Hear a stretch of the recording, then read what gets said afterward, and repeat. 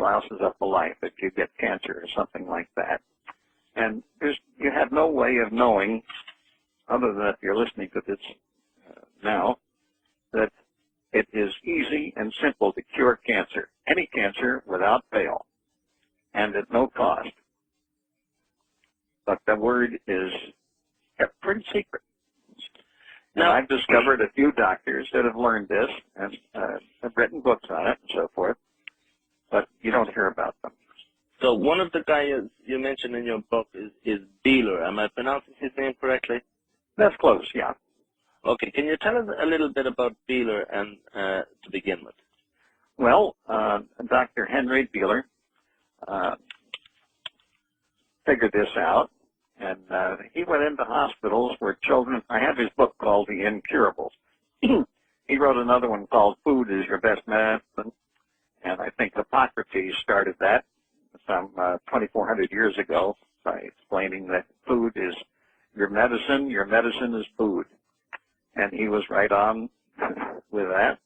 And Dr. Beeler discovered this, and he went into hospitals where children were there with incurable leukemia, there to die. And he cured every one of them. He took them off all milk products, and that was pasteurized milk, and fed them minced raw liver and cured their leukemia. And the hospital, of course, was furious. Now, this sounds almost too good to be true. And when you would mention this to most people, you get a frequent response of, we'll say, anger. A lot of people get very angry when you mention this. Well, we are brainwashed from birth to believe that the government is protecting us with our food and so forth. But it is very simple scientifically.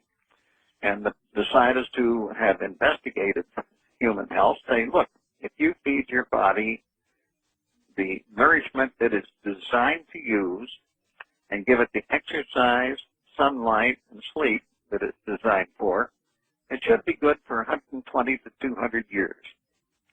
And then we looked at all the mammals, and every mammal, except man, lives between 10 and 17 times their age at puberty. And if we apply that to man, that would be about 120 to 200 years. So we're doing something wrong.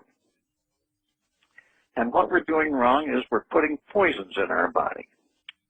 And the immune system, which is your built-in repair, maintenance, building department, your immune system, the first thing it has to fight is incoming poisons. So it drops all its work. Normally, the immune system is busy checking every cell in your body to make sure that it's running right and repairing anything. And if any cell splits and gives forth with a cancerous cell, it trashes it. But the first thing is poisons. So if you stop putting poisons in your body, your immune system will repair anything that's gone wrong and gradually rebuild your body. And it builds the whole body a couple times a year. Every piece of your bone, everything in your body is rebuilt. Only if you stop putting poisons in. I hope that makes common sense. That does make common sense. But the counter-argument to that other people will bring up then is, this is, well, if there's a cure for cancer and if people know there's a cure for cancer, how come, we'll say, very prominent people who some people might think would be at the top of the pyramid of life, we'll say like Ted Kennedy and most recently the lady who was the wife of the presidential candidate there, John Edwards. Mm-hmm.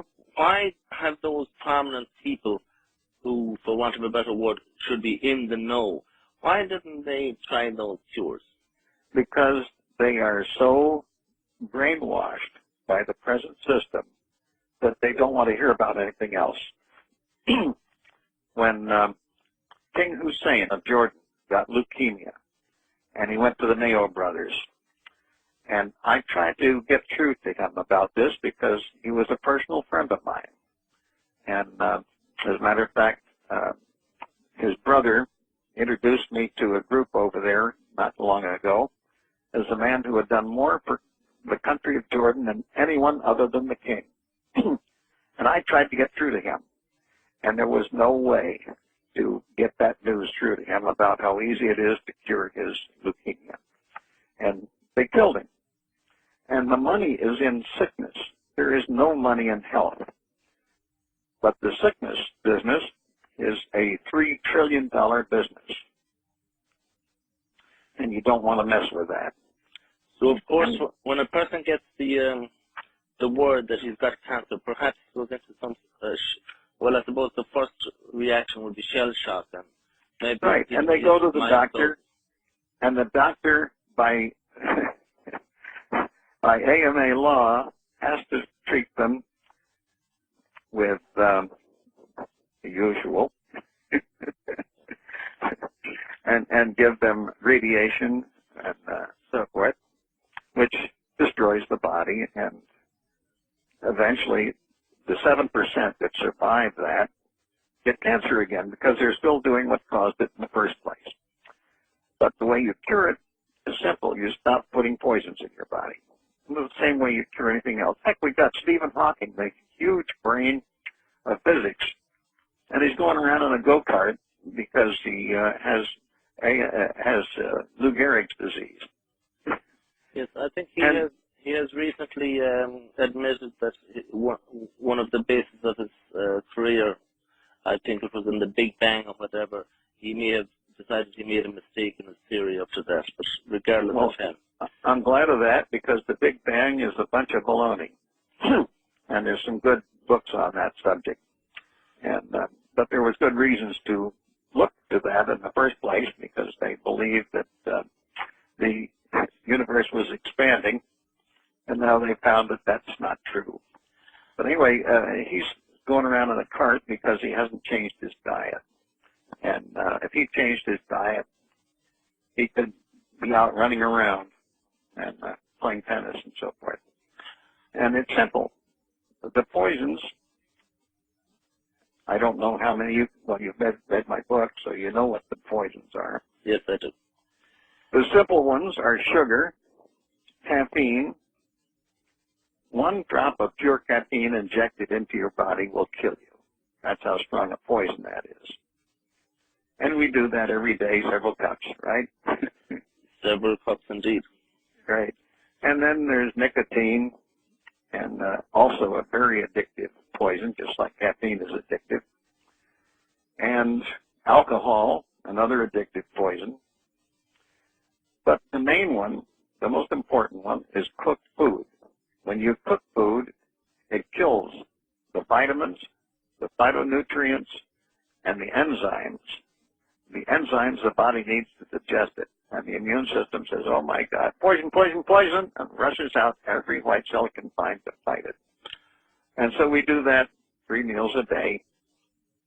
So and we keep our immune system from ever being able to take care of sicknesses. So you're saying that even simple cooking is enough to destroy the enzymes and kill them. Now I can easily understand how microwaving will destroy the enzyme, but you say just regular cooking kills the life out of the food. Oh, sure. Microwaving is really, that's even worse. And you can prove that. As a matter of fact, I did an editorial in my New Hampshire To-Do magazine on that. Said, look, all you have to do is take 2 plants, 2 small plants that are growing, and in one, you take water and boil it on the stove, cool it off, and water the plant. With the other, you bring the water to a boil in the microwave, cool it off, and put it on the plant. In 5 days, that plant will be dead. Well, this has been checked over and over. That sounds like good school experiments. Sure enough. And another thing, of course, well, with the cooked food, it is poison. So I eat raw food, and I'm having so much fun doing it. But there's one more thing that's important, and that is that almost no one, and I'll say no one, has ever learned to chew. We chew just enough to not have to call Heimlich. We chew enough so we can swallow it. But the digestive system of the body doesn't work well that way. And the first part of the digestion is in the mouth with saliva. and that gets the food ready for the stomach, and it pours in the hydrochloric acid to get the food ready for the colon to take all the good out and get it into the blood. So what do? We chew it just enough to swallow it, and then it goes into the stomach, and the acid comes in, and then we pour in water, beer, tea, or something to make sure that can't, or soda, to make sure that can't do its job. And most of the food goes down through the chute and out into the toilet and never gets used. If you chew your food, it's odd, you'll find that you get full in about half as much food. So, at any rate, So you want to learn to chew. And you'll you'll find that as you chew everything till it's liquid, and you'll find that as you chew, every bite has wonderful flavor, and as you chew and chew and chew, you get more and more flavor. having watched, getting back to the cancer, having watched the video, Dr. Lorraine Day's video, it really is astounding to see that tumor that she had on her chest there. As you described it as big as a watermelon. It is absolutely as a grapefruit. A grapefruit, rather. It's about 6 inches in diameter.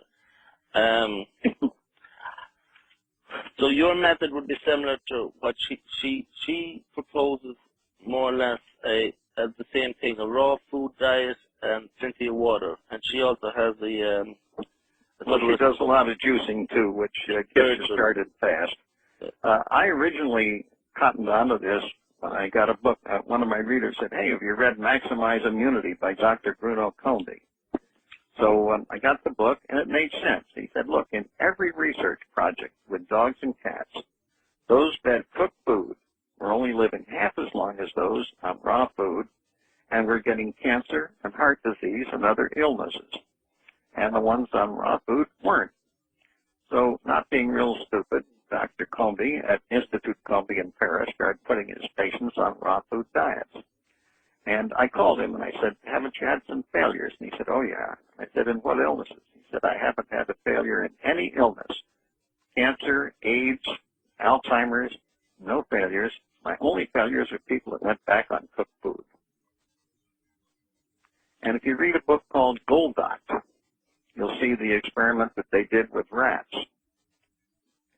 And are you still there? Yes, I'm listening, yeah. Oh, okay. And this is an interesting experiment where they had 3 groups of rats. And they took the first group and they fed them raw food. And the second group, they fed the standard American diet with soda and so forth. And the third group, later I'll tell you about, but the group on the American diet, by the time they got to be the equivalent of 80 years old, most of them had died, and they were fighting each other and had to be kept apart during the whole time, and were really miserable. The second group on the raw food, all of them lived to be the equivalent of 80 years old, Okay. and they were all getting along beautifully together, and with their handlers and so forth, had no problem. The third group, they fed the standard American diet for the equivalent of 40 years, human ale and human years, and those that survived this were in pretty bad shape, and they then switched them to the raw food. And then when they got to be the equivalent of 80 years old, they autopsied them, and they were all back in perfect condition, and all were getting along beautifully with their handlers and so forth. Almost enough to make a person think, isn't it? It's almost enough, but some people, if they refuse to think, you cannot make them think. Can you just say? I know. All you have to do is go to a show where you have a hypnotist, and he can make people do anything. You know. Well, that's true. We'll talk about a hypnotism in a moment. But before we go on from this, I know you cannot say too much legally, but can you mention the blood purifier device? Well, yes, I can. If you pass a small electric current through the blood, 50 microamperes, very small current, it makes it so that anything living in the blood is unable to replicate itself. So